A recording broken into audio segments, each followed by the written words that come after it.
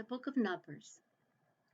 The English name for the fourth book of the Old Testament is Numbers.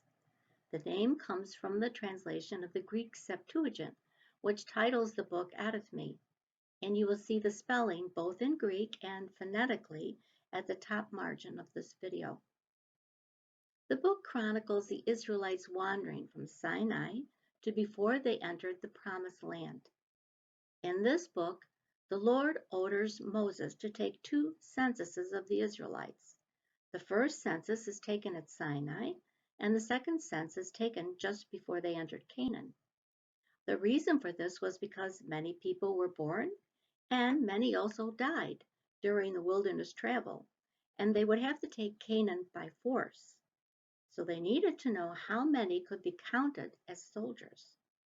That said, Moses also had the daunting task of preparing the people, who are vast in number at this point, for their continued journey in the wilderness to eventually cross the Jordan and claim the land God had promised them. And he also had to prepare them for war.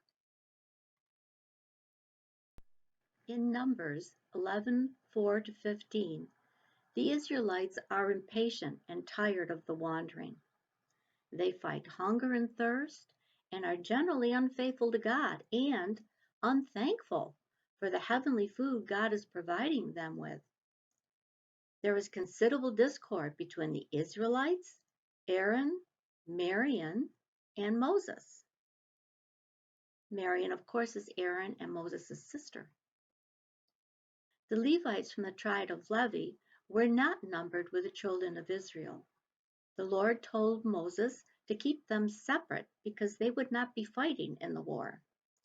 The Levites had charge over the tabernacle and all things associated with it.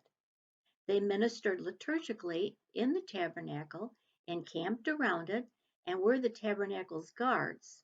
The tabernacle is still in a tent at this point in the history of the Israelites. The rest of the tribes were told where to camp around the Levites in specific groupings of 3 facing the tabernacle. It's interesting to note that the Lord was always present in the midst of his people in the wilderness.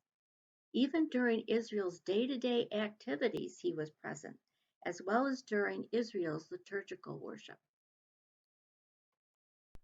As the Bible stands at this point in the history of the Israelites in the wilderness, the Israelites do not enter the Promised Land until the book of Joshua, which is actually the 6th book of the history of the Israelites.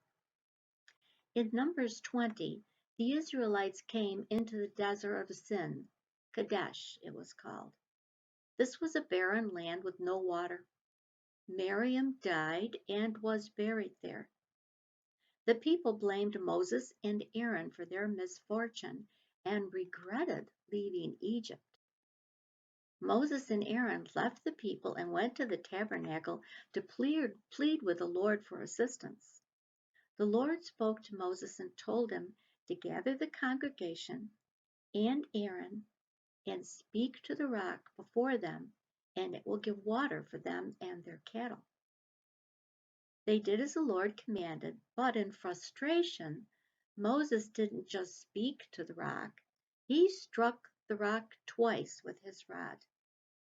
It was done in a manner of disbelief, and the Lord became angry. And the Lord told Moses and Aaron that the present congregation would not enter the Promised Land because of their disbelief. Moses sent a message to the king of Edom requesting permission to pass through his lands. The king of Edom would not let the congregation pass through his lands. So the congregation traveled to Mount Hor.